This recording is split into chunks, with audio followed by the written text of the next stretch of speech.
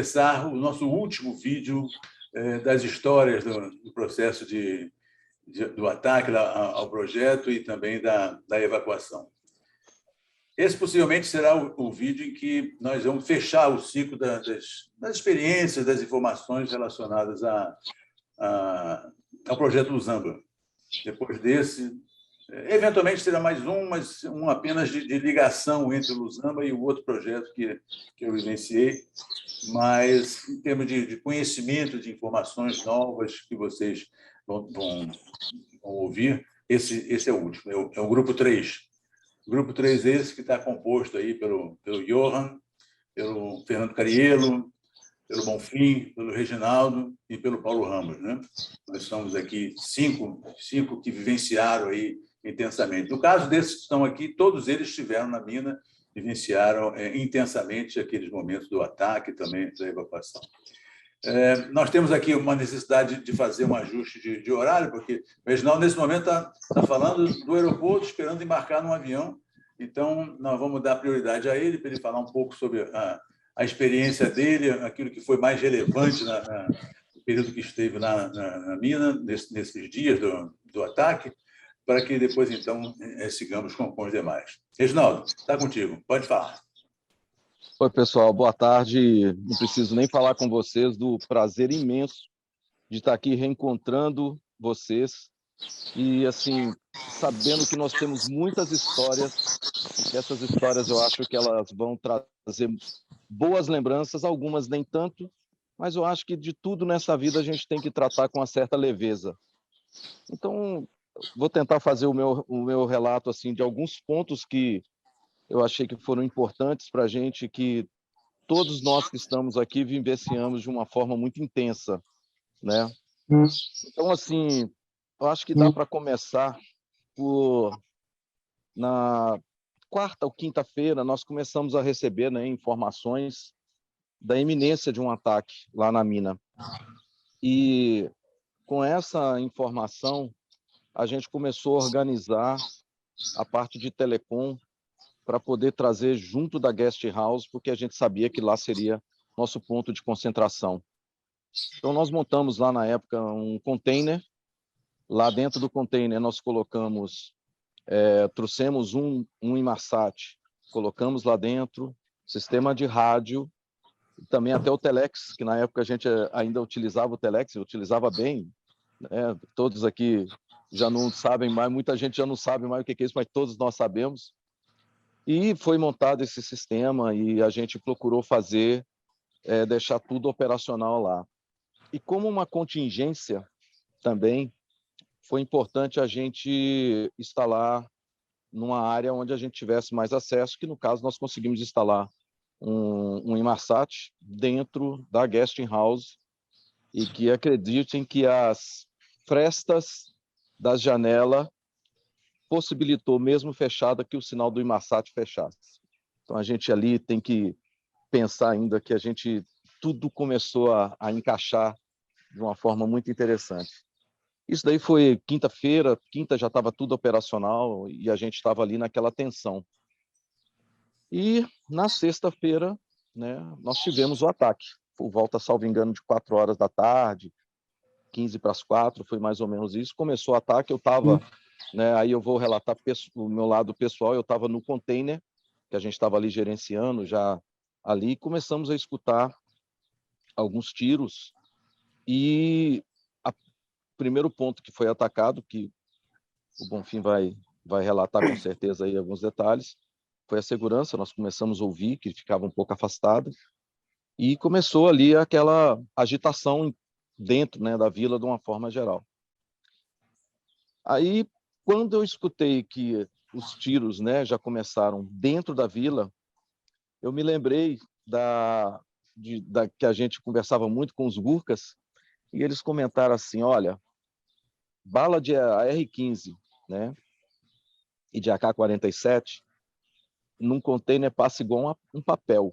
Falei, bom, aqui quem não vai ficar sou eu, vou caçar um lugar onde que tem ali uma proteção melhor, que seriam as casas, para poder, onde tinham paredes, né? Só que na hora que eu apontei na guest house, que eu atravessei a rua, que o container estava do outro lado da rua, perto dos trailers. Atravessei a rua que eu olhei, veio um cara da UNITA, né? Ele não estava atirando, não era para cima, ele estava atirando ali a 1 metro e as balas batendo nas paredes, né? Vocês estão escutando barulho aqui, mas é o áudio aqui do aeroporto, pessoal. E batendo na parede, eu falei, bom, não dá para atravessar. Aí eu rodeei a guest house e, brincadeira à parte, até hoje eu tento entender como é que eu saltei a janela de 2 metros, onde estava o Inmarsat, e caí dentro lá, que ela estava entreaberta, e caí lá dentro. Ótimo. Bom, depois disso, nós tivemos ali a invasão, eles entraram para dentro da casa, entre outras coisas. A partir dali, nossa principal ponto era como tirar todo mundo dali, né? E a equipe de telecom, que estava comandada pelo Vilarinho, que fez um trabalho espetacular com a gente em relação a isso, de coordenação e tudo mais. A gente trabalhou com uma equipe fantástica e as outras áreas, todo mundo, né? Administração, foi ali o time estava no lugar certo, na hora certa, todo mundo ali. Foi um trabalho que, assim, eu tive muito orgulho de fazer parte disso. E a gente ali, tal, começamos a negociar a aeronave daqui, a aeronave dali, decola uma aeronave com primeira aeronave que decolou, ele decolou ali era uma aeronave que tinha vindo trazer combustível, e primeiro a gente tirou, né, principalmente as mulheres, era uma preocupação que se tinha, a gente tirou as mulheres primeiro, depois foi feito alguns sorteios, algumas coisas parecidas, e a gente começou a evacuar, conseguir voos, etc. Mas como toda história que às vezes pode ser trágica, ela também é cômica, a gente também tem umas histórias interessantes para se contar. Todos nós aqui, assim, a gente naquela ânsia de conseguir voo, e a gente sabe, a preocupação é que horas iria pousar outro voo para poder levar outras pessoas, para poder tirar, porque afinal de contas nós tínhamos aproximadamente quase 1.000 expatriados dentro da planta. Bom, aí 4 horas da tarde no sábado, né, depois de toda a tensão, eu estou ligando e ninguém atendia o telefone em Luanda, né, porque é Luanda que estava coordenando isso para contratar os aviões, etc. 4 horas da tarde, eu ligando, nada. 4h15, 4h30, nada, ninguém atende o telefone. Quando deu 5 horas da tarde, uma criatura atendeu o telefone do outro lado. Eu já, daquele jeito, né, o nível de estresse lá em cima, falei, alô, quem está falando? Aí o cara falou, é o Bucalon. Falei, Bucalon? Ah, tá bom.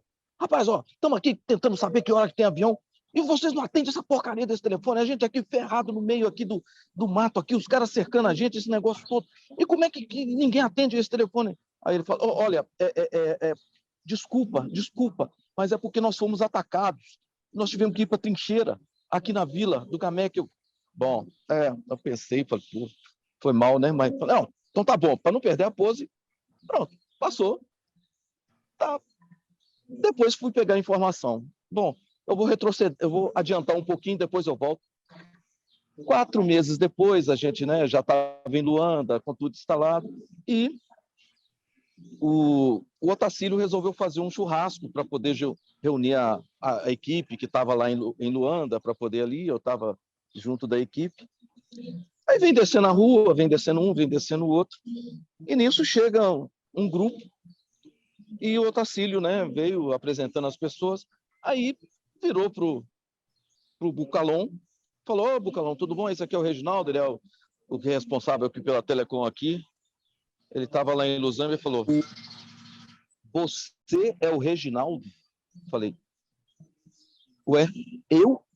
Sou eu, doutor, mas não lembrava, gente, juro para vocês, não passou nem na minha cabeça. Sim, doutor, mas... Aí fez aquele silêncio, gente, numa boa. Acho que alguém até desligou a música, não é possível.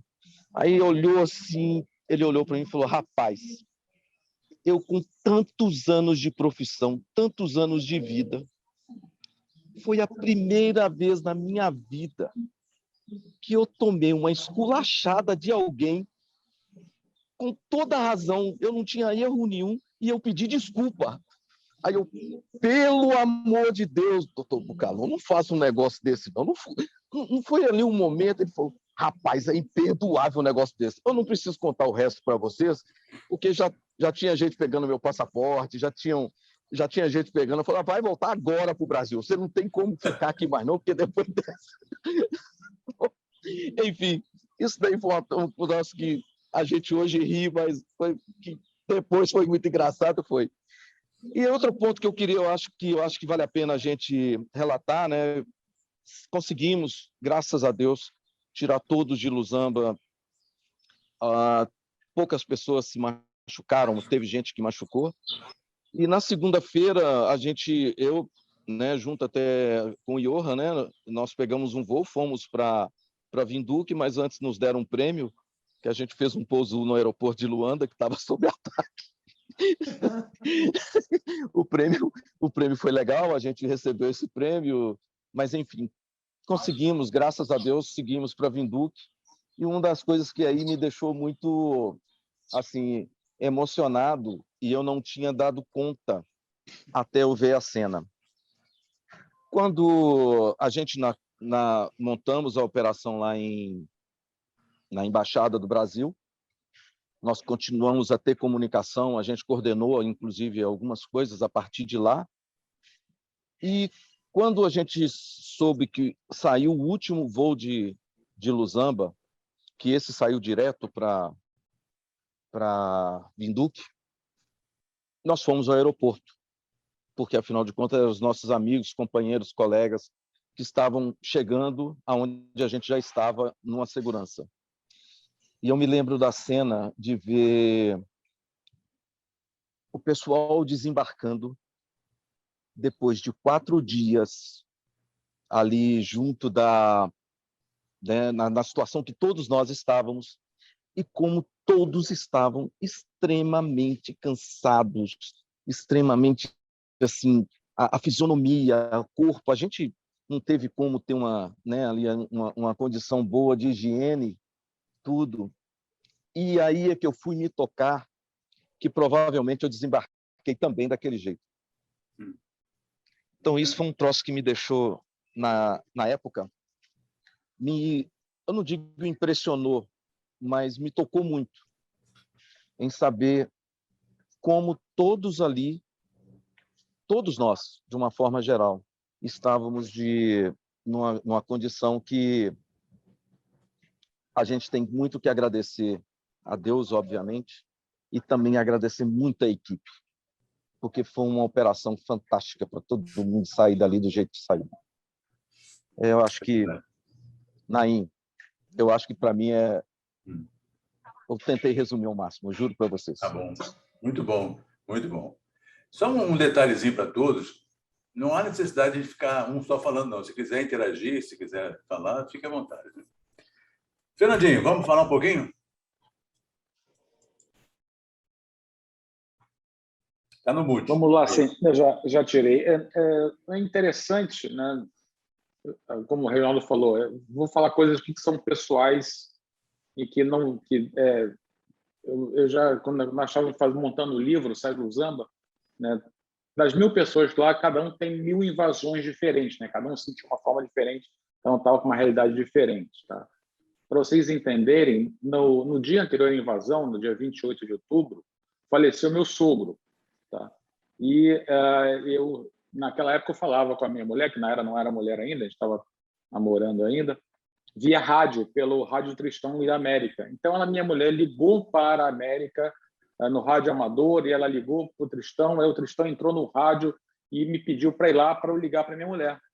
Então, o que aconteceu no dia 28, que foi a invasão da fazenda, eu fui para o Marsat falar com a minha mulher, porque ela faleceu o sogro, e eu tinha que me pediu para eu voltar para o Brasil para dar apoio.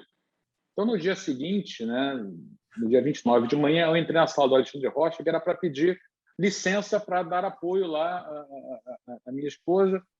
E o que aconteceu foi que eu entrei na sala, eu já estava o Amaro na sala, já estava o Cleus Detes na sala. Ele, que bom que você veio, senta aí. Vou invadir o acampamento, faça a lista de saída, eu sei que está encarregado do RH, temos que fazer a evacuação agora. Vamos ativar o plano de evacuação. E eu falei, sim, senhor. E saí da sala do Alexandre Rocha e fui para o CPD lá com os meninos da informática para fazer listagem de pessoal, para saber quem estava no canteiro, para começar a fazer as listas de evacuação, quem sairia primeiro, mulheres e consultores, etc., etc., mais velhos, para fazer essas listas. E fiquei no CPD de tarde, né, e foi quando começou o tiroteio e a invasão. Então, essa fase inicial, né, eu estava no CPD e era o que o Mário falou, era uma área fechada de alvenaria, e começaram a bater na porta, e era a Maribel, a sua secretária, Naim, e depois bateu a Miriam, também bateu lá na porta, né? Eu lembro que os meninos da informática não queriam deixar abrir a porta. Eu falei, não, tem que abrir a porta, vamos bater na porta. Não, pode ser guerrilheiro. Eu falei, que é guerrilheiro vai bater na porta? Aí vai abrir a porta, todo mundo assim, esperando acabar o tiroteio para ir para o acampamento.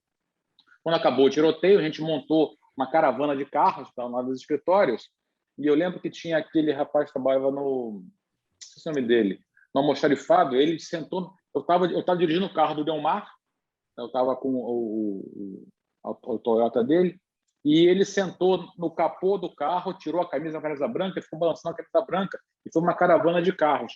Antes de eu sair do acampamento, dos escritórios, um rapaz da segurança, um angolano, tipo assim, chefe, me ajuda, vou me matar. E eu escondi ele dentro do carro, botei uns panos em cima e botei ele na caçamba do carro. Isso, quando subimos para o acampamento, um guerrilheiro veio correndo assim, chefe, pode deixar, chefe, nada vai acontecer não. Então a gente ele subiu no estribo do carro, com a AK na mão assim, pode deixar passar, que é o chefe. Eu não lembrava quem era ele, era um cara que tinha feito treinamento com a gente, de algum equipamento, e ele me conhecia. Então ele segurou no estribo do carro e foi dizendo que a gente podia deixar passar.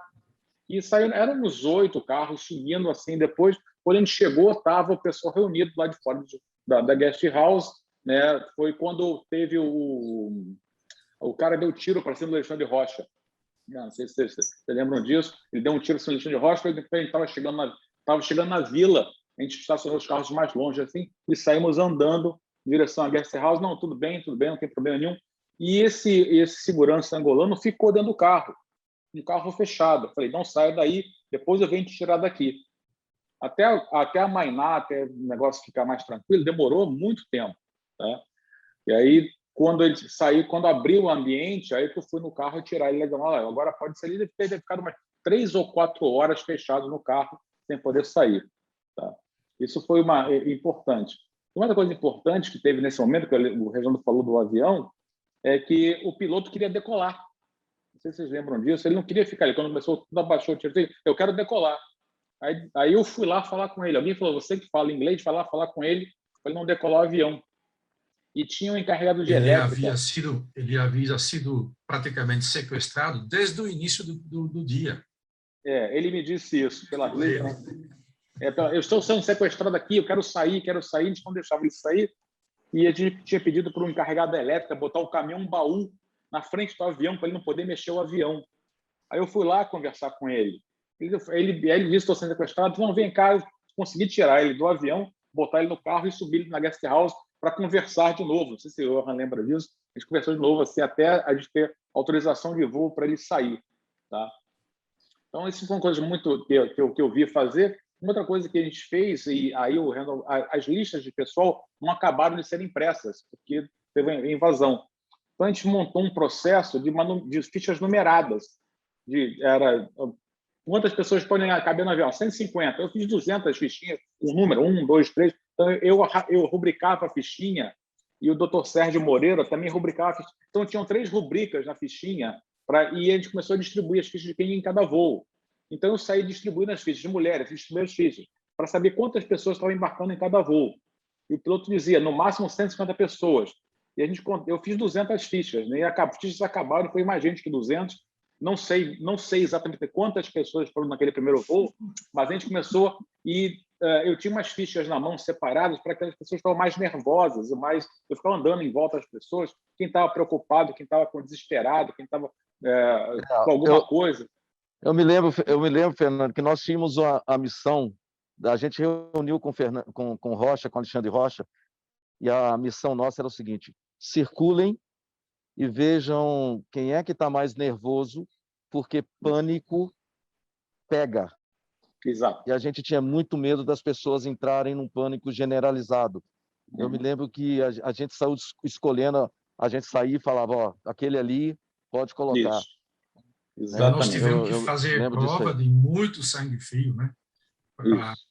conseguir gerenciar essa crise, mas também foi baseado no fato que nós tínhamos, né, Bonfim, um plano de contingência, na realidade, que já estava em atuação, a gente tinha as várias etapas, né, de gravidade do momento, e então nós tivemos também vários sinais precursores, né? A invasão ia acontecer, né? E, bom, não vou te interromper. Não, tá ótimo. E uma coisa que a gente notou é que as pessoas, na evacuação, na fase inicial, cada um tinha direito de levar uma malinha de mão, né? E o primeiro voo deu certo, o segundo voo, só que nós começamos também a evacuar também as pessoas que tinham mais coisas e os angolanos que tinham poucas, tudo que eles tinham estavam com eles ali. Eles não queriam deixar nada para lá. Então nós tínhamos que montar, não sei se vocês lembram disso, a gente chamou de uma alfândega, né? E deixar as pessoas só saírem com uma mala de mão. E quem tinha mais mala deixava num caminhão que tinha atrás da guest house, que era para o último voo levar as malas, que nunca aconteceu. Era Né? 5 quilos para cada um. Isso, era só a cachorrinha na mão. E a gente organizou um grupo em volta da mesa de sinuca para fazer a inspeção das malas, para tirar o peso das malas. Né? Então, tinha gente que queria levar 10 garrafas de vinho na mala de mão, mas não pode. A gente fazia uma alfândega até de abrir malas das pessoas, e as pessoas choravam, as pessoas gritavam, mas eu só tenho isso, é tudo que eu tenho está aqui. E era uma situação foi bem triste de acontecer, mas que foi a forma que a gente teve de tirar mais pessoas e mais rápido. Né? Eu estava falando do Imarsat, eu fui dormir somente na terceira noite. Nas primeiras 2 noites, eu fiquei junto com vocês e com o Ricardinho durante a noite na sala do Imarsat para tocar o telefone, para fazer alguma coisa, porque eu sabia operar o Imarsat, a maioria das pessoas não sabiam usar. Eu aprendi com vocês ali na hora, eu passava a noite com vocês e conversando para se alguma coisa acontecesse, ter mais gente possível ali. Eu só fui dormir na terceira noite, aliás, eu não dormi na noite. Eu lembro outra coisa também que aconteceu, eu estava dirigindo o carro do Delmar, e no segundo dia, um dos guerrilheiros olhou para mim assim, eu quero a chave do turbo chumbo. Eu não sabia o que era turbo chumbo. Era o carro do Delmar, que era um Toyota que tinha o turbo do lado, era prateado, né? Turbo chumbo. Ele começou a ficar nervoso, porque eu não conseguia entender o que ele estava falando, né? E ele começou a me ameaçar com a cara, assim, tu achava do turbo, achava do turbo. E não era...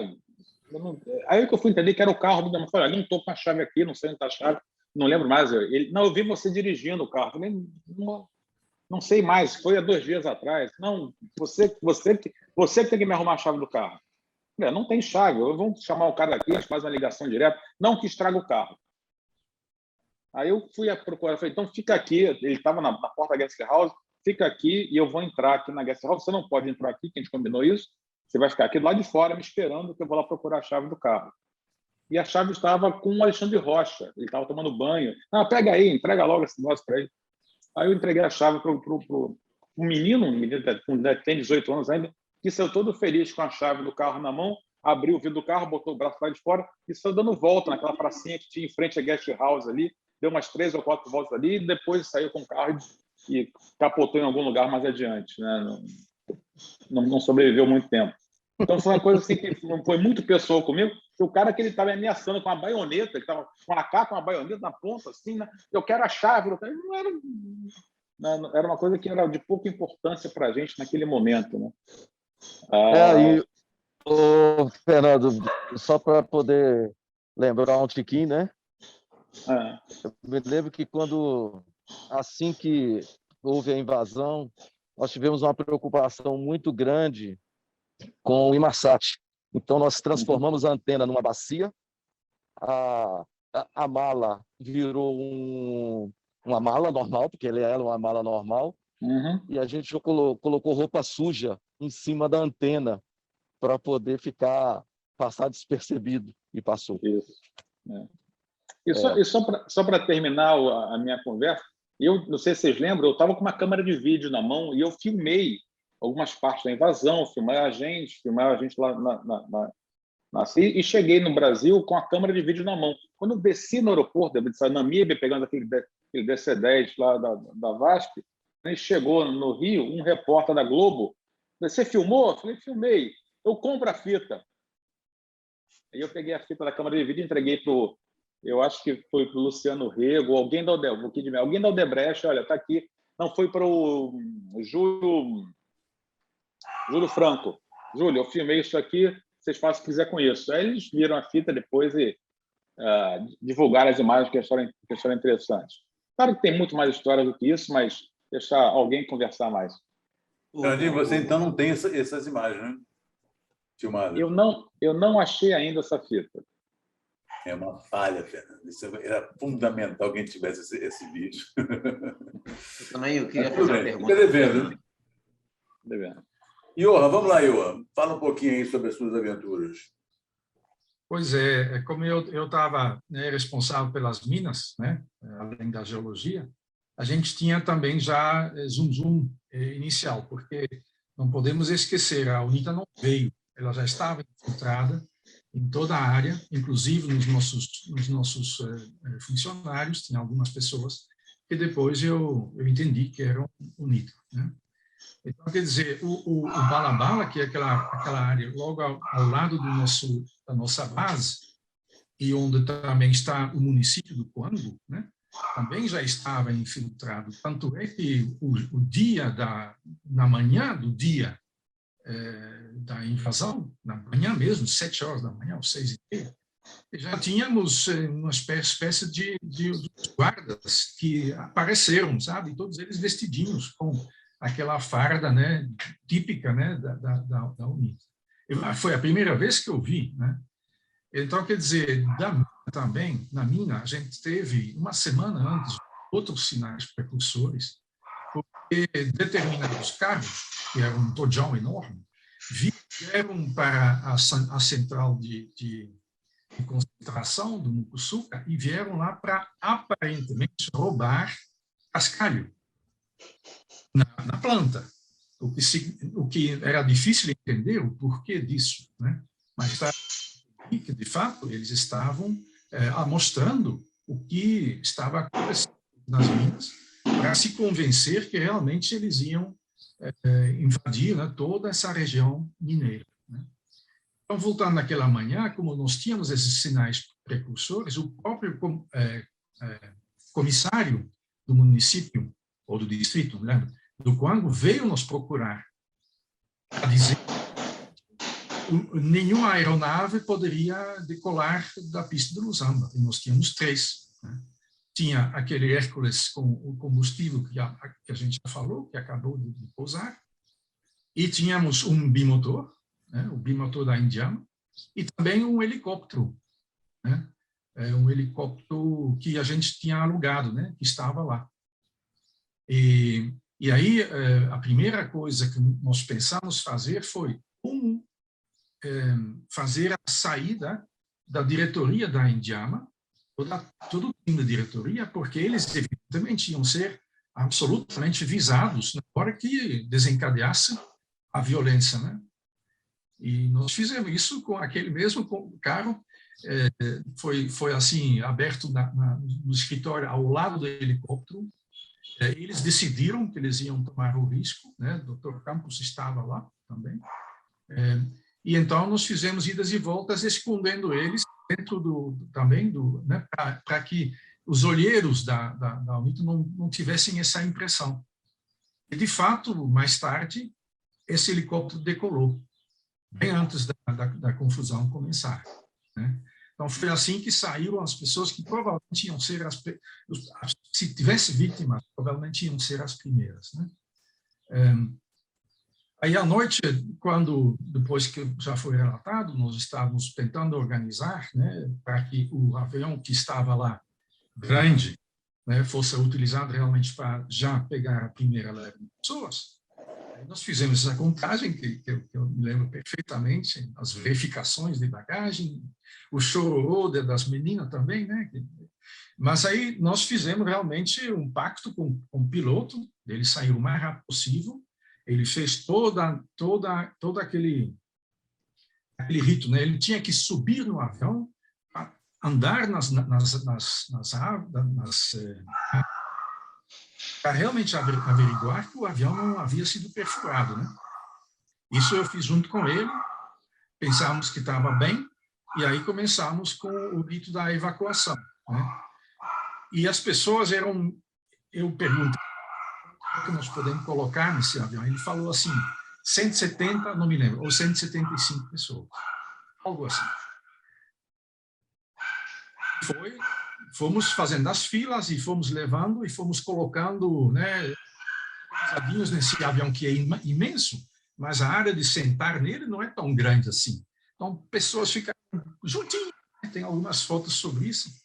E até a rampa traseira desse grande avião, a gente colocou pessoas para poder fechar a rampa. E no final, eu fui dizer ao John, né, que era o piloto, John, está tudo pronto, pode partir. Aí ele me perguntou, ele fica numa cabine alta, né? Quanto é que você colocou? Aí eu falei, John, 175.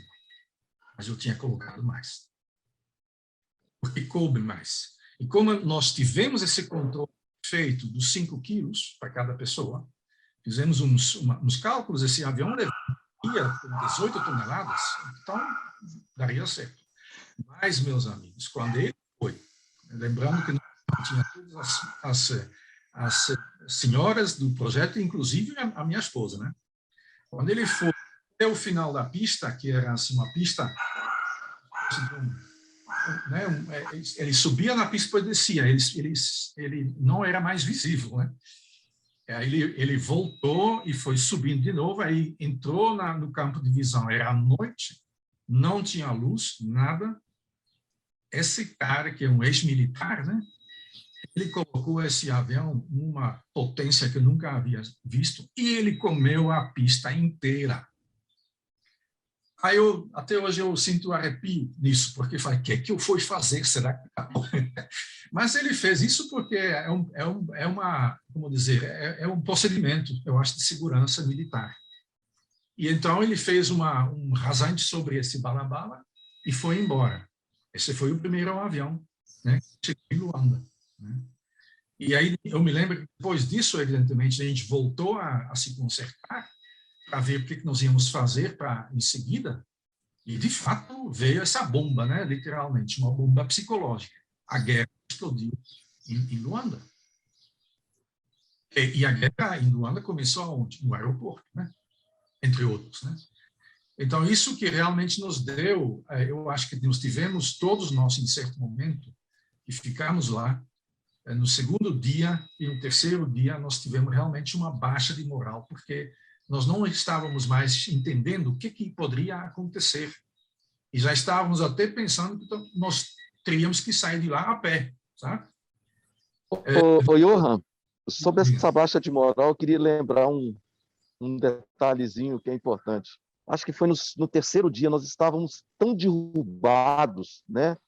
Nós estávamos tão para baixo, que nenhum de nós fez barba, hora nenhuma, né? Porque quem ia pensar em barba? E eu me lembro que, eu acho que, não sei se foi o Alexandre, eu não sei qual foi o iluminado, falou que assim, gente, vamos todos fazer as barbas para a gente poder melhorar a nossa aparência, para que as pessoas fiquem mais tranquilas.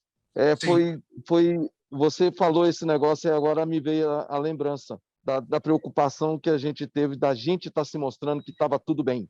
Embora... E tem um outro, acho que também um fator humano muito interessante, parece um detalhe, mas não é. A água e a comida estavam acabando, porque o roubo de comida foi total, né? E nós tínhamos lá um gentil, um mordomo, né, o João, que ele tomava conta, assim, mais assim, do restaurante, onde a gente tomava café da manhã, etc. E, em certo momento, ele fala assim, gente, nós ainda podemos fazer um sopão. Ok. E ele pegou um daqueles recipientes de banho-maria, né?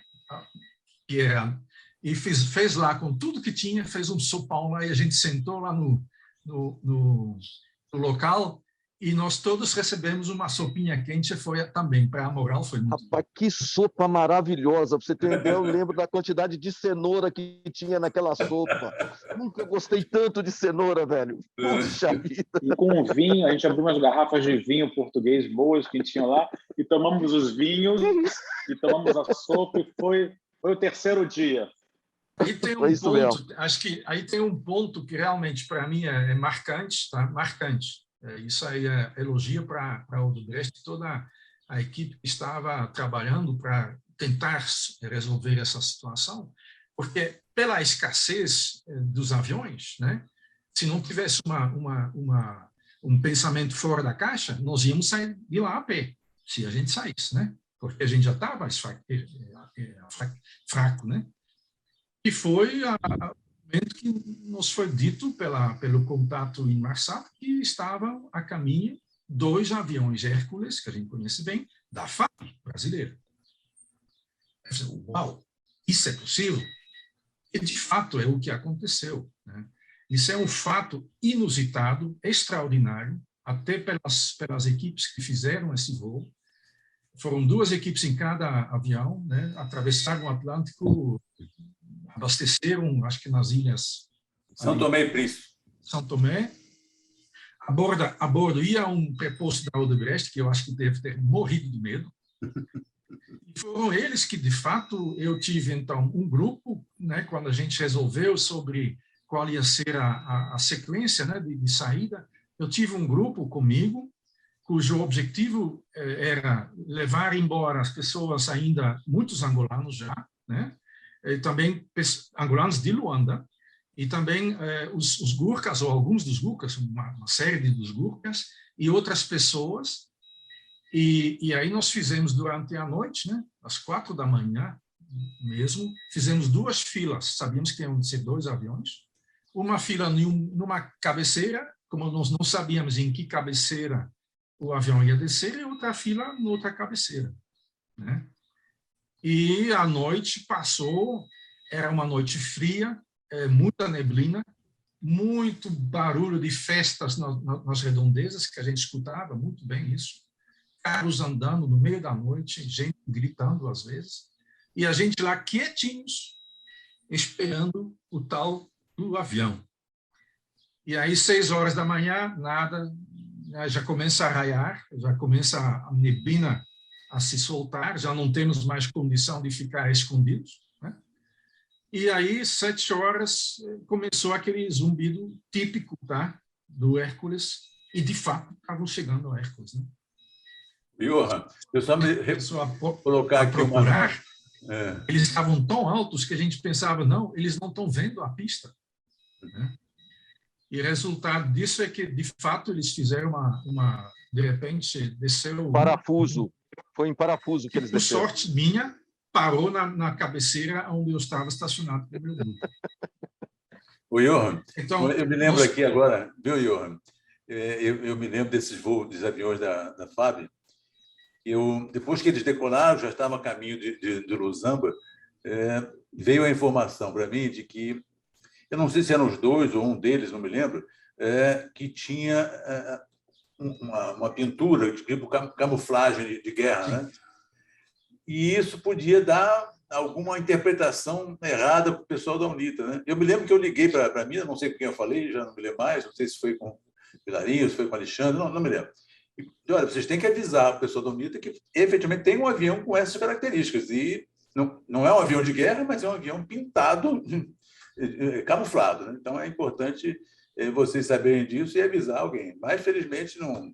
Mas parece que eles chegaram a entrar no avião, né? Pelo que me disseram. No meu caso, verificar, né? Foi tudo tão rápido, tão cronometrado. Inclusive, a gente estava com uma estação em Marsat para levar... Né? O Reginaldo estava junto lá. Nós embarcamos. Assim, o avião chegou, fez a vira-volta, ficou com os motores a 100% e a fila entrou rápido. Então, quando a gente fechou atrás e que a gente entrou pela porta aí da frente do avião, foi assim uma questão de dizer, ok, e embora. Então, passou debaixo do nariz da aerodão. O não teve tanta sorte, né? Aí já Eu também. estava na segunda fila atrás, porque quando o avião pousou, vocês entraram, eu lembro da imagem até hoje do Reginaldo carregando a mala de Marsat na rodinha e levando e botando pela porta do avião, carregando para cima, junto com o piloto. Eu lembro isso perfeitamente. Eu estava na outra fila de trás. Eu peguei o segundo voo desse dia. Depois teve só mais um voo depois.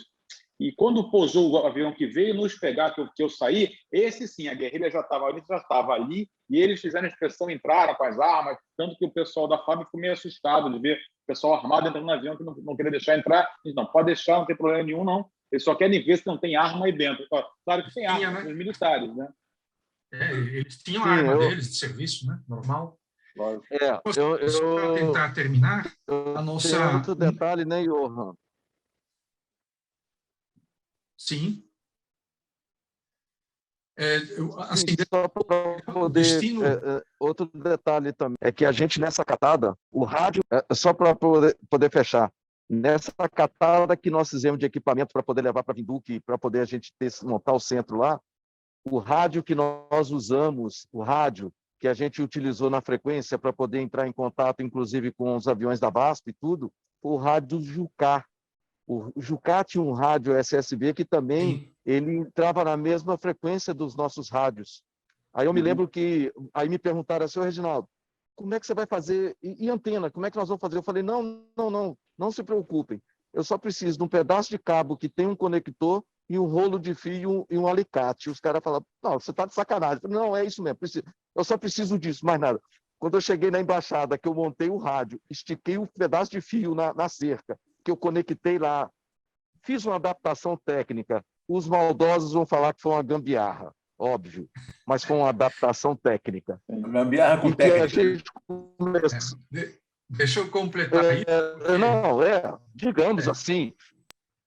Na realidade, o plano de voo inicial era a gente voar para o Congo, para Kinshasa, porque era o plano de voo. Então, eu me identifiquei com o comandante, eu sentei lá e logo me chamou, disse, nós temos um rádio aqui lá de Luanda. Eles estão querendo que a gente mude o plano e vá para Luanda. E aí, deixa eu então conversar com a pessoa. Eu pego o rádio, era Delmar.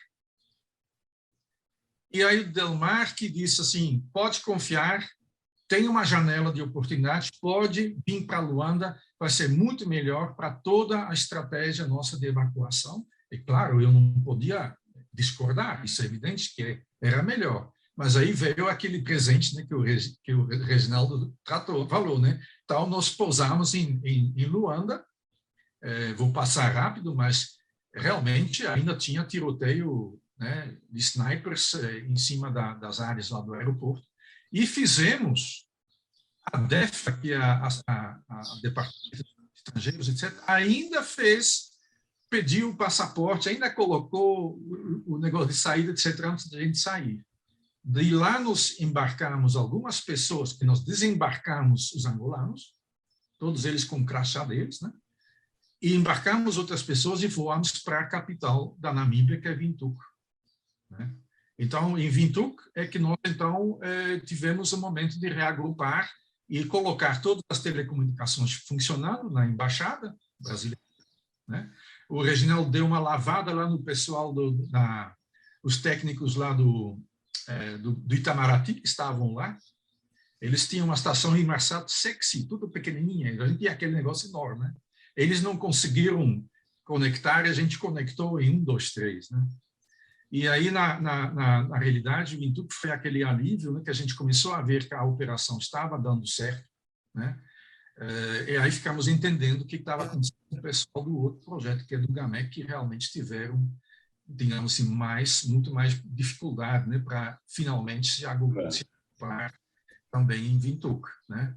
E aí eu me lembro que o grupo nós tivemos condição de descansar uma noite num grande hotel que tem lá, e em seguida já era momento para desviar, ir para o aeroporto, concentrar lá e sair com os aviões alugados para o Brasil, né? Perfeito.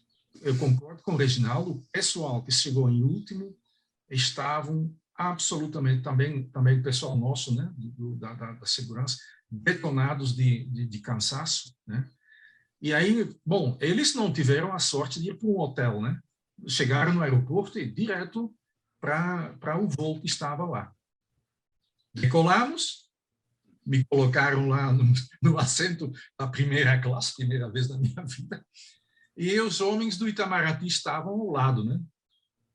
E aí, em certo momento, eu sou chamado, eles dizem assim, olha, nós temos ordem para voltar para Windhoek. A gente já estava 40 minutos voando, todo mundo já tomando água mineral. Como assim? Aí uma coisa que eu vou falar para o Naim, eu acho que foi Naim. Aí eu fui conversar com o comandante, e o comandante me fala assim, não, é porque nós temos que buscar uns membros da diretoria que estão chegando de avião, eles vêm lá de Joanesburgo. Eles queriam carona no nosso voo. Aí, pensei 2 vezes. Não vão fazer isso, não. Você não pode... O estresse que tinha nessas pessoas todas, que já estavam bem, agora, voltar com esse avião, não, comandante. O senhor, qual é... Pegou minha identidade, etc. O senhor se responsabiliza, né? Claro. Aí, voltei para o assento. Os 2 homens do Itamaraty vieram me perguntar, quem é o senhor? Eu falei, vocês também querem voltar para Windhoek? Os caras... Então, assim nós seguimos voo para o Brasil. Aí você deixou, quem era Baiardi, você deixou lá, foi? Não me lembro mais se é você. Você estava indo para Windhoek com... Não, que nada. Eu ainda fiquei no Luanda, só saí do Luanda um mês depois. Baiardi estava... Quando eu cheguei em Windhoek, no segundo voo, Baiardi estava lá em Windhoek. Ele foi no avião que eu voltei para o Brasil, ele estava no avião que eu estava. Não foi isso que o piloto me disse na altura. Me eu não sei quem era essa diretoria, não, que estava pedindo para sair, porque o Baiardi já tinha ido embora, né, com o César Souza. Então foi isso. Aí foi o desfecho, né? E aí pronto, né? Conseguimos dormir. Muita gente dormiu a noite inteira. Né? Foi muita história. Meu amigo Paulo, o que você tem para dizer? Rapaz, eu adorei ouvir as histórias, que eu não conhecia as histórias das pessoas, entendeu? Dos colegas.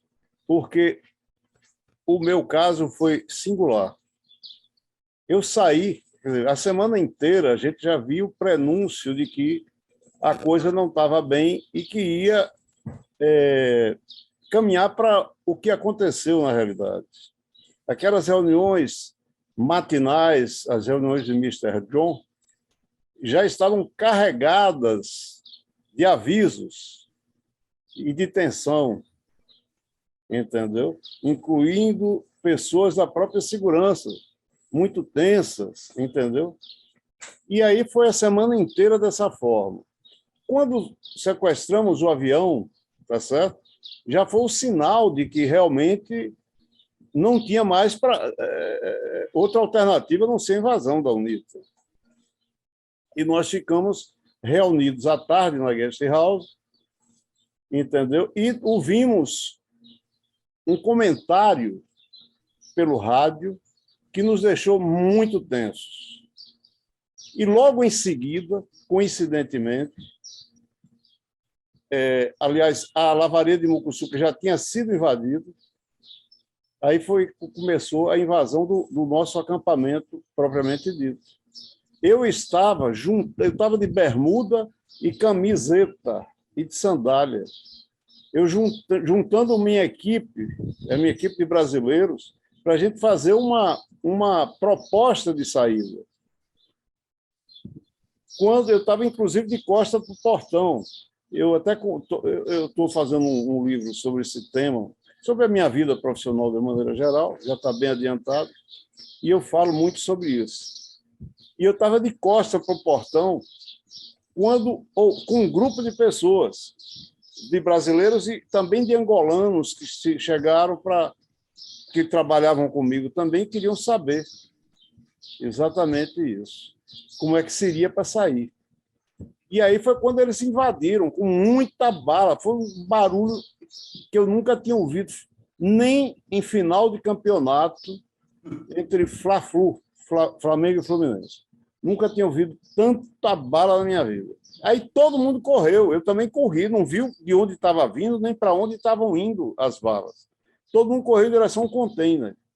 Eu também fui para o container. Lá dentro eu raciocinei, porra, isso aqui é muito frágil. E se o cara invadir, entrar armado, porra, nós somos presas fáceis. Aí alguém lá teve a ideia de pegar 2 tábuas e jogar em cima daquela cerca de arame navalha. Aí vinham correndo e pulavam, caíram do outro lado. Aí eu segui, fiz a mesma coisa. Minha sandália já ficou para o lado de dentro e eu pulei e bati o calcanhar numa pedra. Quando caiu, foi uma pedra ou um pau. Eu sei que foi uma dor insuportável. E eu saí mancando, sem saber para onde ia, e 40 angolanos me seguindo. Não tinha nenhum brasileiro comigo, só eles mesmo. Perdidos como eu estava. Aí eu tomei a direção mais ou menos da casa de Fernando, que trabalhava no setor pessoal. Eu fui para lá, ele tinha recebido recentemente uma casa do projeto das vilas que a gente estava começando a construir. E lá ele me recebeu, ele estava retocando a pintura na escada, com todo aquele tiroteio do lado de fora, e ele retocando a pintura na maior calma do mundo. Aí eu disse, Fernando, eu tive 2 malárias recentemente, eu estou aqui exposto, sem proteção nenhuma. O que é que você pode me conseguir aqui? Ele me arranjou um lençol que eu botei no meu corpo e me arranjou um chinelo. Aí eu saí com aquele lençol e um chinelo que ele me arrumou, que eu estava descalço, e ele me orientou, disse, vai em direção ao Balabala. Aí eu tomei a direção do Balabala. Ele me disse que porque lá tinha estrada, tinha possibilidade de pegar um carro, sair, alguma coisa desse tipo. E, na realidade, eu estava indo perdido, sem saber o que fazer da minha vida. Essa é a verdade. E aí fui para lá e com aquela preocupação de que aquelas balas poderiam ter atingido os meus colegas lá. Então, me abateu uma tristeza, entendeu? Uma coisa fora do comum. E eu fui para o Balabala. Quando eu cheguei lá, entrei num barzinho daquele, e aí, meu amigo, o povo do Balabala, a população do Balabala estava comemorando a invasão e xingando, falando morte aos brasileiros, porque eles estavam revoltados, porque a gente fez aquela cerca que impediu que eles entrassem lá, como faziam antes da cerca, entendeu? Para tirar proveito de alguma coisa e tudo mais. Bom, aí, com isso, quando eu vi aquelas palavras, eu disse, eu vou sair daqui. Aí fui andando, o pessoal veio atrás de mim e eu fui voltando. Aí senti, já estava tudo escuro, eu morrendo de medo de pegar uma malária, muito medo mesmo. Porque a última que eu tive, eu quase morri. Foi uma coisa muito séria. Entendeu? E aí eu vi uma luz de um carro e vi a direção, que estava na direção da casa de Domingos, que trabalhava na olaria, com Pedro Chaves. E aí eu gritei o nome dele. Gritei o nome dele e ele veio, respondeu de lá. Quem está falando? Quando eu me identifiquei, ele disse, pode vir que com você não vai acontecer nada. Entendeu? Aí eu mandei o pessoal segurar, os angolanos que estavam me acompanhando, fui lá, perguntei a ele o que é que aconteceria com os angolanos que estavam comigo, ele disse, eu não sei, eu preciso ir lá para saber. Ele já estava com uma daquelas Toyotas, entendeu? Naturalmente, ele devia também pertencer ao UNITA, e a gente não sabia. E aí ele voltou, demorou mais ou menos uma meia hora, 40 minutos, aí vieram 2 carros, já com brasileiro, que eu passei sério, não me lembro se foi Amaro, eu acho que foi Amaro, entendeu? E aí nós fomos. Quando eu cheguei lá, foi um choque terrível, que já estava a guest house, que a gente estava sendo servido com garçom, com gravata, borboleta, tava, não é? A gente tinha passado aquela fase ruim toda, estava chegando no, não é? No bem bom, tudo destruído, tudo sujo, rapaz, uma coisa horrorosa, entendeu? Aí eu procurei Alexandre Rocha, Digo, Alexandre, eu tive 2 malárias recentemente, e essa última eu quase morri. Eu queria que você botasse o meu nome nesta relação. Aí ele disse, não, Paulo, a gente compreende, e botou o meu nome na relação. Então, eu quero aproveitar essa oportunidade aqui para parabenizar todos os que ficaram. Viu? Eu não sabia detalhes da história, mas eu fico imaginando, tá certo? O que vocês passaram ali, tá certo? Porque o primeiro dia foi um dia o dia da invasão foi um dia de muito susto, de muita, entendeu? Mas exatamente. Agora os dias seguintes, meu amigo, dia de desespero. Você sem saber se vem um avião, como é que está, entendeu? Coisa absurda. Então, os colegas já falaram bastante sobre a questão do voo, foi isso, eu vi nesse voo, tá certo? Superlotado, e a gente voando, tá certo? De uma invasão da guerrilha, saindo do domínio da guerrilha para ir para uma guerra, porque Luanda estava em guerra, entendeu? E o nosso percurso do aeroporto até a nossa vila foi uma aventura total. A gente se jogava no lastro, entendeu? Do ônibus, um por cima do outro, entendeu? Para poder chegar e ir até lá, tá certo? Lá à noite ninguém dormiu, tá certo? Ninguém dormiu à noite. No outro dia chegou o Baiardi com Paulo Lacerda, que eu acho que já estava lá, não sei se chegou com o Baiardi, já estava lá, e Otacílio, entendeu? E organizaram tudo. E mais ou menos umas 3 horas da tarde o meu ônibus voltou, porque nós tínhamos alugado 2 aviões, 2 DC-10 a Varig. E fomos fazer essa travessia de volta, que foi pior do que a ida. Muito pior do que a ida. Mas o meu avião, o avião eu fui no terceiro ônibus. O quarto que era o de Baiardi, que já não conseguiu chegar. E lá chegamos e bala, os aviões parados, nós entramos, espera um pouquinho e tal, eu me identifiquei, porque o Paulo Lacerda me deu os dólares para que eu abastecesse os 2 aviões, entendeu? Eu não me lembro mais, nem sei onde foi mais que nós abastecemos. Pois é, então, e aí foi o desespero da saída, entendeu? Que o piloto me pediu para que eu avisasse a todo mundo, em um dos voos, que se sentasse, que ele ia aproximar o avião do prédio para proteger das balas. A mesma coisa foi feita com o outro avião. E ele, em vez disso, ele foi para o meio da pista. Primeiro foi o que eu não estava, saiu, eu só vi de longe, ele subindo na vertical, meu amigo. Ele foi para o meio da pista e saiu na vertical. E, em seguida, foi o que eu estava, entendeu? Quando chegou lá em cima, o piloto falou, aqui nós estamos livres de qualquer ameaça, entendeu? Aí foi dar uma relaxada e... Foi no Congo. Nós fomos abastecer no Congo. No Brasil e tudo mais. Entendeu? Então, essa minha história é uma história que eu valorizo muito, entendeu? Porque foi um privilégio participar de tudo isso e sair vivo e ter história para contar, entendeu? Uma história muito interessante, muito rica. E, mais uma vez, parabenizo a vocês todos, meus colegas, Reginaldo, Johan, o Bonfim, e todos que ficaram lá e passaram por essas dificuldades. O Miguel Calado estava lá também, que era uma pessoa que eu tinha identificado para o programa, e eu já no Brasil, muito preocupado com ele também, e a família dele o tempo todo me pressionando, notícia, eu não tinha notícia para dar, que ele ficou lá também. Entendeu? Mas foi isso aí. Beleza. Graças a Deus, pude participar disso aí.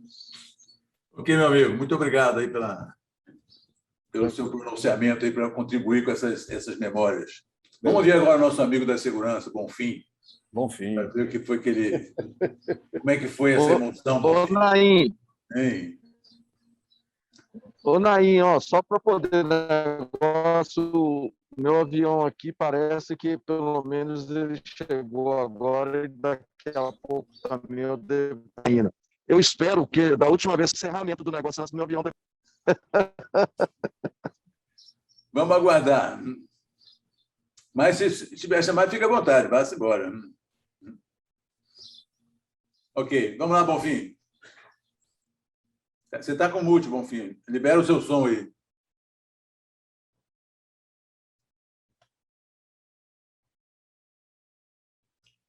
Não, você agora... Agora Bonfim, na hora que ia falar, caiu. Eu estou com o botão errado. Vamos ver se ele vai voltar. Mas, ô, Paulo, é muita coisa, né, Paulo? É muita emoção, né? Rapaz, isso é emoção demais, É. entendeu? Fernando Careira não conhecia, não sabia dessas histórias, entendeu? Não sabia, não, entendeu? Rapaz, é um desespero terrível. Eu fico me imaginando lá no segundo dia. Lá está tendo tudo destruído, cara. E eu com a possibilidade de pegar uma porra da malária. Você imagina como eu ia ser curado ali, cara? Não tinha possibilidade. Uma coisa que eu me lembro que aconteceu também é que, quando teve a invasão, teve um saque das coisas, né? Começaram a ter a população local invadiu, começou a saquear o que a gente tinha, né? Não só coisas da empresa, mas coisas particulares nossas. Eu lembro que invadiram as casas e roubaram minhas roupas, meu óculos de grau, né? Que depois eu vi andando na cara de uma pessoa, né? Pô, esse cara está com meu óculos. Como é que está usando óculos de grau? É uma coisa que você não tinha como mexer com isso. Eu lembro uma vez andando naquela área dos trailers, e eles estavam tirando, tinha aqueles equipamentos de som, não sei se você lembra, tinha uns Sony, tinha uns negócios, e o cara estava levando o equipamento de som, ele estava com uma capa pendurada no braço, o equipamento de som na mão, e levando aquilo, né, para casa, para sei lá para onde, e caiu o controle remoto no chão.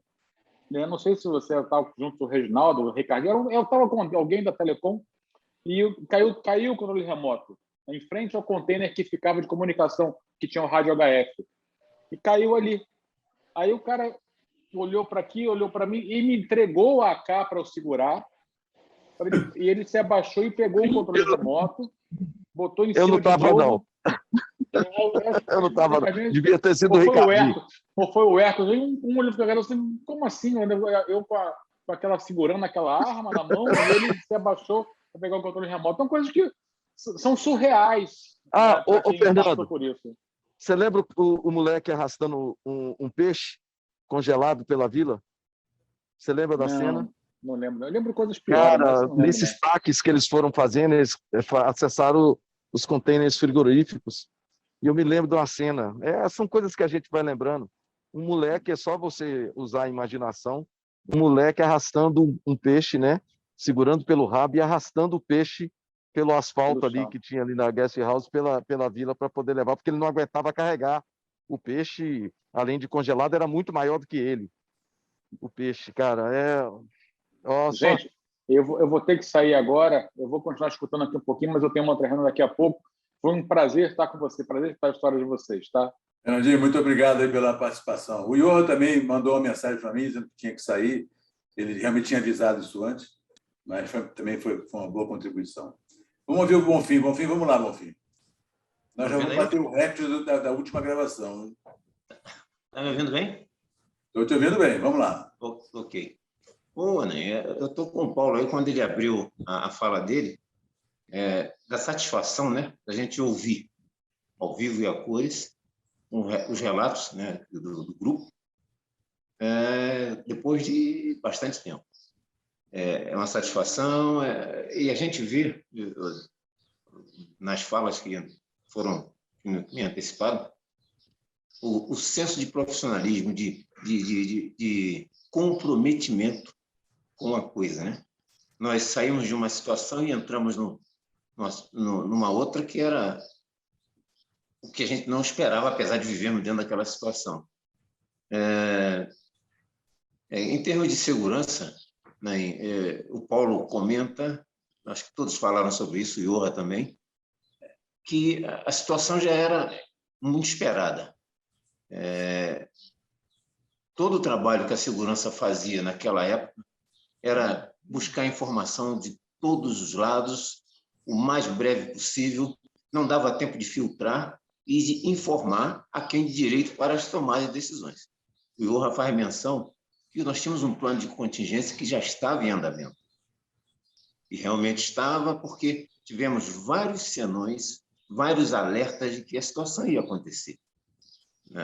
Tivemos, na semana que antecedeu ao ataque, a invasão de Mucuçuca. Foi uma situação bastante delicada, isso faz parte, acho que, das nossas memórias, né? Do nosso histórico.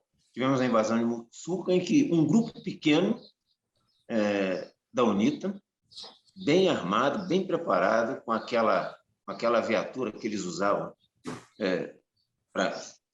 por conta da liderança, para tirar o cascalho de lá. A experiência para testar, coisa parecida. Nós estávamos em alta naquela situação, e eles chegaram. Nós saímos um grupo da segurança, não íamos para o confronto, né? Mas chegamos lá e a situação foi bastante delicada. Eles levaram o cascalho, foi mais interessante para nós deixar que aquele cascalho saísse do que causar um incidente que, na verdade, para todos nós, particularmente para mim que estava dentro da situação, era o estopim para jogar para cima de nós, do brasileiro, do estrangeiro, os motivos para ter reiniciado um confronto ali no Congo. Certamente, nós fomos bem armados, fomos preparados para contrapor a situação, mas, na ocasião, o Vitor Mota, que foi liderando o grupo, tentou mexer no material que eles tinham tirado do bloco 4, se não me engano, e não foi permitido. Eles apontaram uma metralhadora que estava em cima do carro para ele se meter a mão e morre. Ele deu um passo para trás. Nós já tínhamos brifado antes que ninguém faria nada de impensadamente. Ele deu um passo para trás e eles pediram apoio para retirar o carro deles. Tinha quebrado ali na saída. Aí o Vitor disse para eles: olha, se não tem colaboração, não recebe colaboração. Se vocês chegaram até aqui com seus próprios meios, vão sair com os próprios meios. Eles saíram empurrando o carro. Desceram, o camarada que estava em cima da arma continuou na posição dele. Nós tínhamos ali os cães, nós tínhamos ali um grupo maior que o deles, inclusive, até porque nós tínhamos duas barreiras. Eles estavam exatamente no meio de duas barreiras. E dali eles saíram empurrando até ultrapassarem aquela ponte que liga a Cafunfo, né? E foram, ultrapassaram a ponte e foram embora. Bonfim, Sim. tem um detalhezinho que eu não sei, o Naim, se o pessoal lembrou. Quando o pessoal começou a invadir a vila, até que o Fernando acabou de relatar, com essa narrativa sua aí, as coisas vêm, né, gente? Então, eu estou aproveitando aqui o que tá vindo.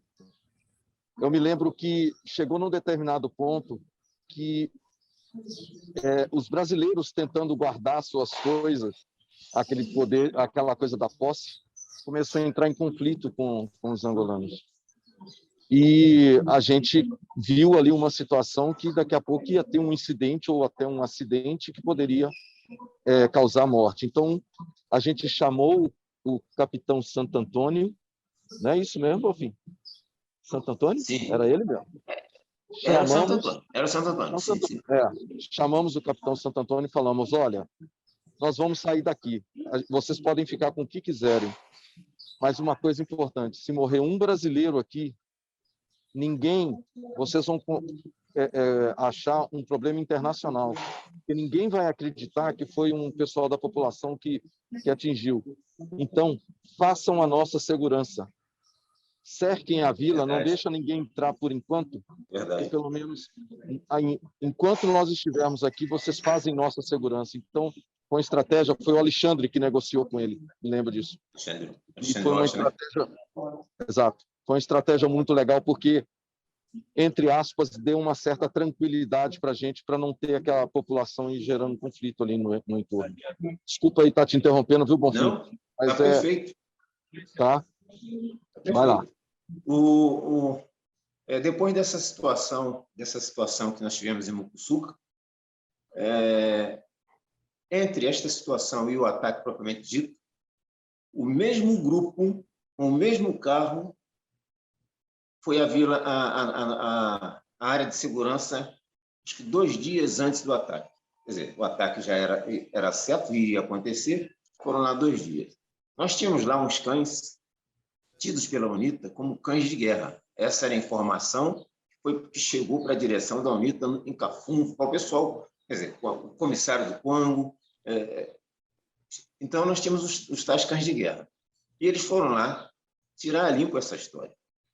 Chegaram, vieram à segurança, foram ter com o nosso gerente de segurança. E a pergunta que foi feita soubemos que vocês têm cães de guerra. Qual é a função, qual é a missão e, na iminência de um ataque, o que se pretende fazer? Eles queriam saber se os cães seriam soltos contra a situação. Os cães, para nós, em todo o projeto, em todo o tempo que eu permaneci em Angola, era um divisor de água. Os camaradas não têm medo de arma, não têm medo disso, daquilo, daquilo outro, mas de cão. É ele de um lado e o cão do outro. Então, eles fugiam, corriam, gerava pânico. E foi dito para eles que os cães eram cães de trabalho, eram cães adestrados, treinados realmente, mas que tinham uma função específica dentro do nosso trabalho, né? E não para sair mordendo ou atacando a ermo no comando. E que, a princípio, os cães não seriam soltos. Isso foi dito. A conversa foi breve, eles saíram e dias depois aconteceu o que nós já prevíamos, né? A invasão. Na noite anterior à invasão, acho que todos se lembram que eles ocuparam Cafún, tomaram Cafún. Nós estávamos no refeitório, estava jantando ainda, quando, pelo rádio, a comunicação funcionou o tempo todo, o pessoal de Cafún comunicou que havia arrebentamentos, tiros, etc., e nós conseguimos monitorar isso pelo rádio, através da nossa central na segurança. Fui chamado para lá e confirmou-se que Cafún tinha caído. Isso na véspera da ação no Quango. E aí comunicamos a Vitor, o Vitor orientou e mandou que a gente continuasse atento.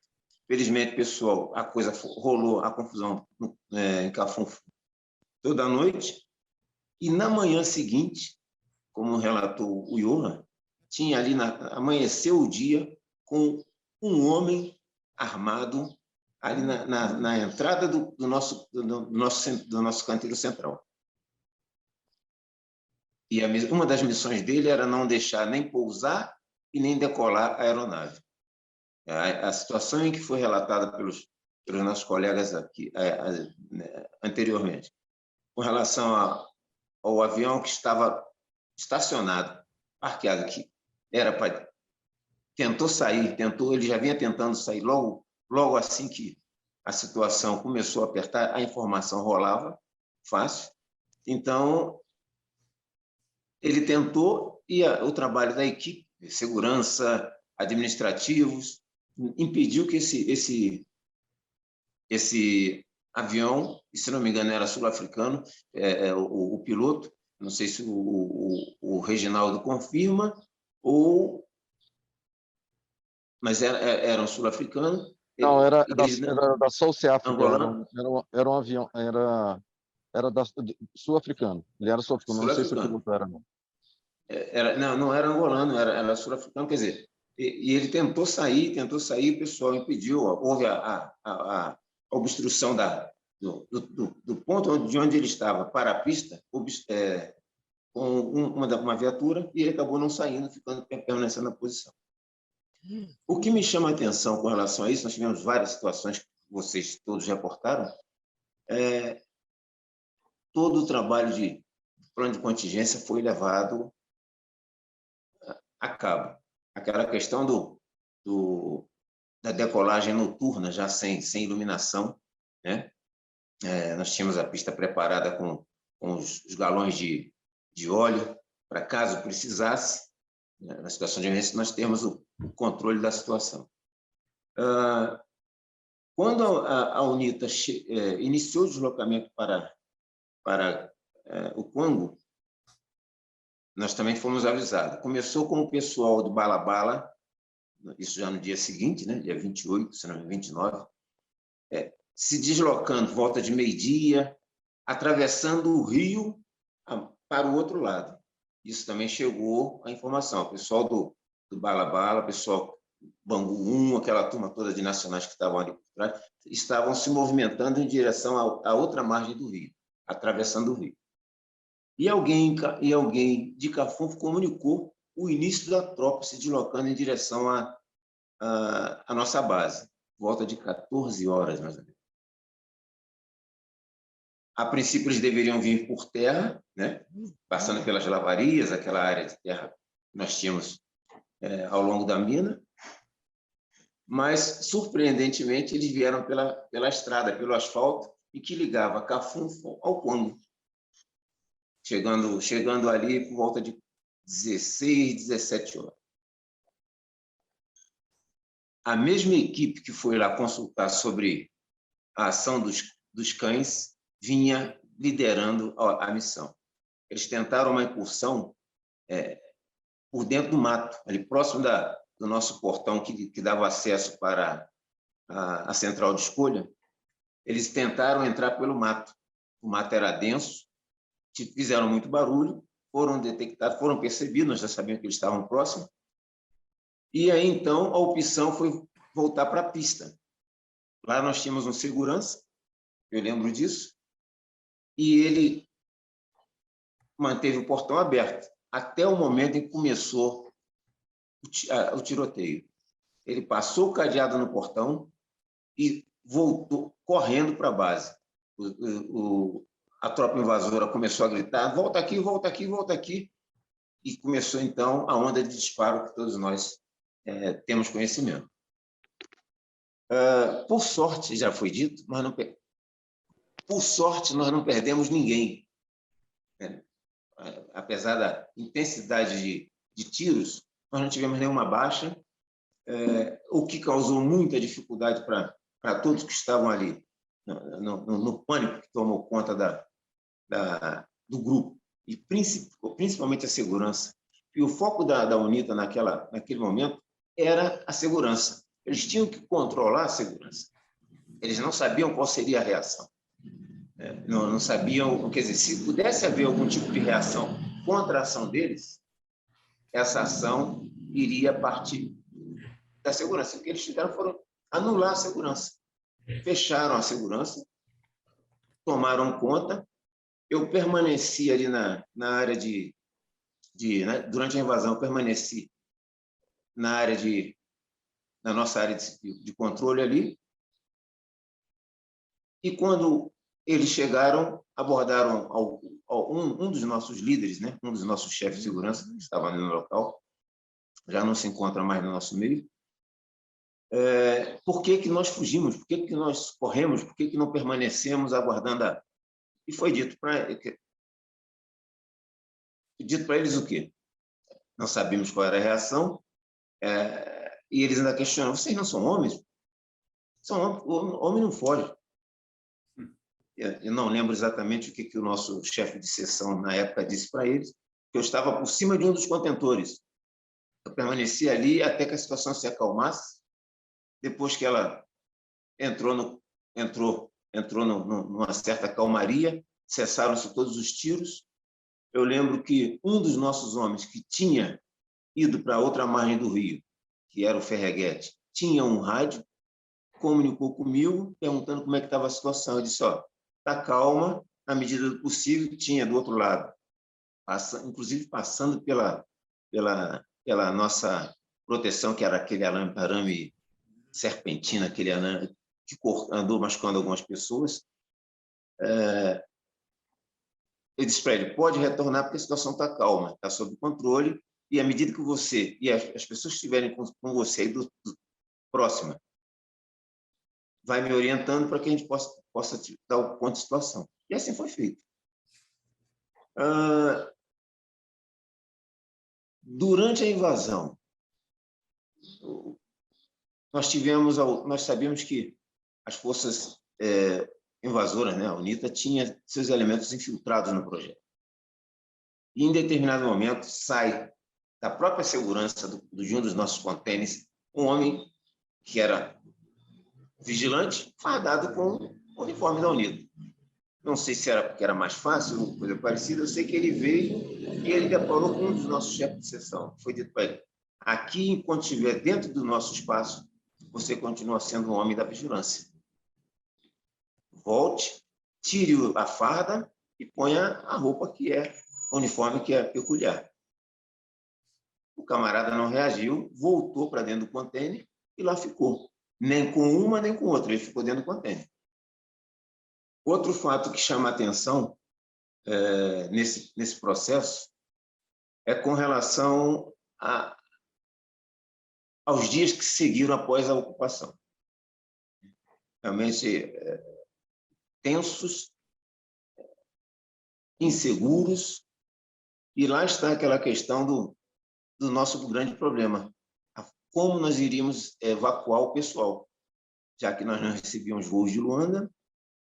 E aí entra a história dos 2 Hércules brasileiros, de uma equipe que tinha contato, nós descobrimos isso depois, com o nosso pessoal que estava na base. Isso, eu acredito que hoje todos sabem que a maior parte do pessoal da segurança que estavam no Congo eram de formação paraquedista. Pessoas treinados, preparados, forças especiais, inclusive.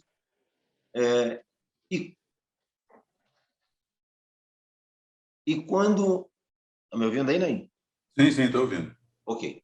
E quando houve a orientação para que esses aviões, os 2 aviões, pousassem, o pessoal de terra, sabendo que eram Hércules 630, que estavam na região e que receberam a missão de resgatar o pessoal, começaram a fazer a aproximação do contato rádio. Chama daqui, chama dali, até que em determinado momento, alguém nosso de solo fez a chamada com o código que era comum, usual nas nossas atividades na brigada. Urutu, Urutu, Urutu, aqui Cascavel. A surpresa é que, lá em cima, quando receberam a comunicação rádio, vindo do solo, festa, porque se é Urutu, Cascavel, tem gente nossa lá embaixo. Isso facilitou muito o processo de aproximação das aeronaves. A partir daí, eu acho que era a nossa equipe de terra, com o Gonçalves, com o Cunha, com toda a equipe, o Ferreguetes, que é um precursor também, começaram a coordenar a operação e a orientar as aeronaves para que fizesse a aproximação. No solo, apesar de... Sim?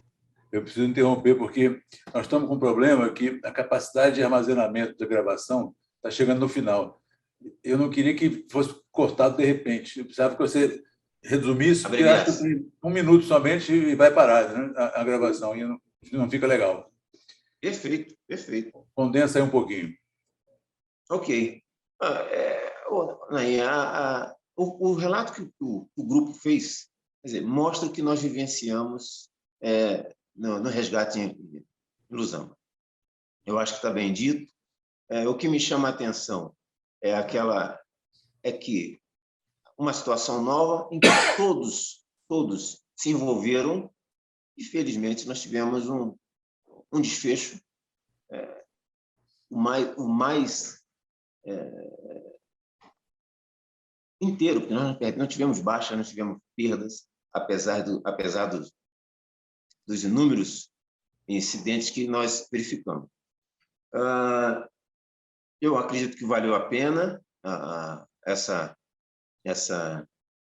experiência. Eu acho que já tinha dito isso na nossa conversa anterior.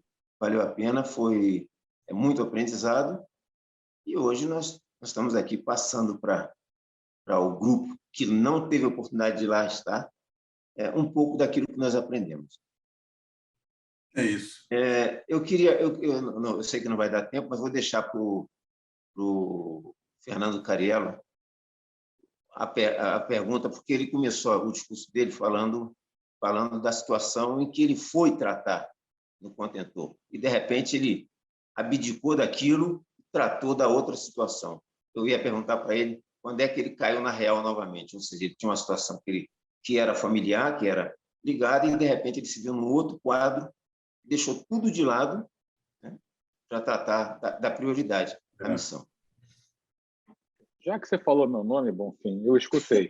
Ele aí, ó. Né, que eu estou com o headphone, estou numa outra reunião, aí eu parei a outra para vir nessa aqui. Né? Na verdade, a ficha caiu quando eu cheguei no aeroporto do Rio. Tá? Olha. Talvez que o processo de você está... A missão a cumprir, né, quando entrar na sala de jornal, agora tem uma missão a cumprir. E daí o negócio foi encaminhando. Tá? Eu tive...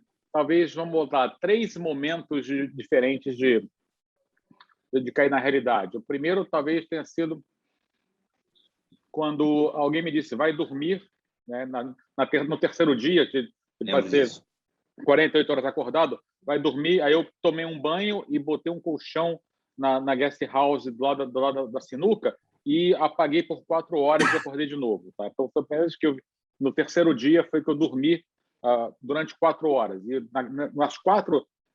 nos 4 dias que a gente passou ali, eu dormi exatamente 4 horas ali. O segundo momento que eu dormi foi quando eu entrei no avião do Hércules, né? Quando eles fecharam a rampa, que a metade começou a chorar, a metade começou a aplaudir, assim, e eu fui um dos últimos a entrar, e um dos oficiais da FAB disse, deita aqui, e era na rampa do Hércules. Então eu peguei aqueles cobertorzinho fino que a gente tinha, me cobri com ele e desmaiei no avião, tá? E depois, quando eu cheguei em Vinduque, quando eu disse pro nosso diretor lá, esqueci o nome dele agora, pro Bayard, tá precisando de alguma coisa? Ele estava na porta do avião assim, tá precisando de alguma coisa? Não, tá tudo bem, meu filho, pode entrar. Né? E eu entrei no avião da VASP lá, a aeromoça deu um sanduichinho assim, e novamente eu desmaiei naquele banco da VASP para acordar no Rio de Janeiro depois, tá? E só quando eu cheguei no Rio, assim, nossa, chegamos. Então, foram 3 momentos meus 3 momentos de sono nesse período inteiro, esses quase 5 dias, aconteceram. Então, quando é que você acordou que você estava saiu da missão? Eu saí da missão em 3 momentos de sono. Perfeito. Meus amigos, olha, excelente, viu? Nós estamos com 1 hora e 25 minutos. Falamos pra caramba, né? Mas foi muito bom, muito bom. Contamos histórias aí, coisas que eu, particularmente, Paulo, tem alguma coisa que eu também não sabia, não.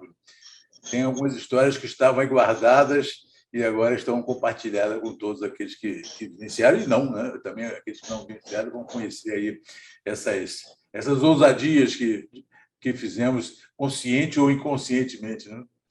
Mas foi muito bom. Eu quero agradecer a todos aí por essa disponibilidade. Eu estou vendo que o Reginaldo já está dentro do avião, mas foi muito bom. Foi muito bom. Gostei muito. Diga. Está me ouvindo? O Fernando deve lembrar do Fernandinho. Muito rapidinho. Naquela situação das bagagens, eu tinha 2 malas. O Fernandinho trabalhou na área de recursos humanos. E aí, na hora do embarque, pouco antes do avião pousar, ele pega a ambulância, entra no aeroporto ali, grita, Bonfim! Dá um cavalo de pau com a ambulância, e grita, Bonfim! A tua bagagem está identificada? Eu disse, sim. Quantas são? São 2. O camarada voltou, pegou as 2 bagagens, achou as 2 bagagens, voltou para a pista, derrubou, lançou as pistas e gritou, Bonfim, está aqui! Eu trouxe as bagagens. Eu não sei quantas pessoas conseguiram trazer, mas eu trouxe as 2 malas, eram 5 quilos, mas eu consegui trazer. Ele jogou na pista, eu fui lá e peguei. Quer dizer, Fernandinho da área de recursos humanos. A gente não entende o porquê, né? Essas coisas acontecem. Não me lembrava disso. Tá bom, amigos. Vamos concluir aqui. Não vai dar. Reginaldo, muito obrigado aí pela participação. Paulo, Bonfim, Fernando, Noah, que aí. Um abraço. Foi muito bom, excelente. Em breve vamos colocar aí na... Obrigado, Naim. Até a próxima. Um abraço para todos. Prazer revê-los. Tchau. Tamo juntos.